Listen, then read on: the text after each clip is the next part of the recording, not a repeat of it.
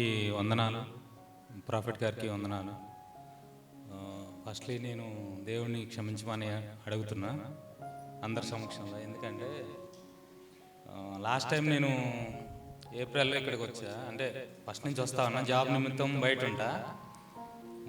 ఏప్రిల్లో వచ్చినప్పుడు ప్రాఫిట్ గారు ప్రేయర్ చేసి చెప్పాడు, బ్రదరు మీకు ఏదో ప్రాబ్లం వస్తుంది, నేను ప్రేయర్ చేస్తాను తొలగిపోతుంది అని చెప్పాడు. నేను మే నెల 28వ తారీఖు ఇక్కడి నుంచి వెళ్ళిపోయా.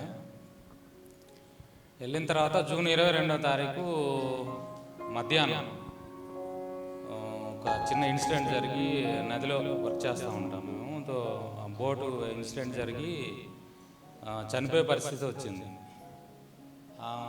అప్పుడు నాకు నా ఎదుటిన్న వాళ్ళు కూడా ఏడ్చారు, కానీ ఏం చేయలేరు, అంత ఫ్లో ఉంటుంది అక్కడ. సో నాకు అప్పుడు ప్రాఫిట్ గారు చెప్పిన విషయం గుర్తుకొచ్చింది. నేను వచ్చి ఇప్పుడు 3 వారాలు ప్రేయర్ అటెండ్ చేయడానికి దేవుడు కృప చూపాడు. నెక్స్ట్ వీక్ మరలా డ్యూటీకి వెళ్తాను.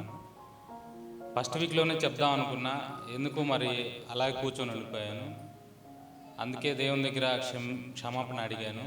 తర్వాత ప్రాఫిట్ గారు ప్రేయర్ చేయటం వల్ల దేవుడు ఆ మాట విని నన్ను ఆపద నుంచి రక్షించాడని నేను నమ్ముతున్నాను. దేవుడి చిన్న సాక్ష్యాన్ని తీర్చున్నాను.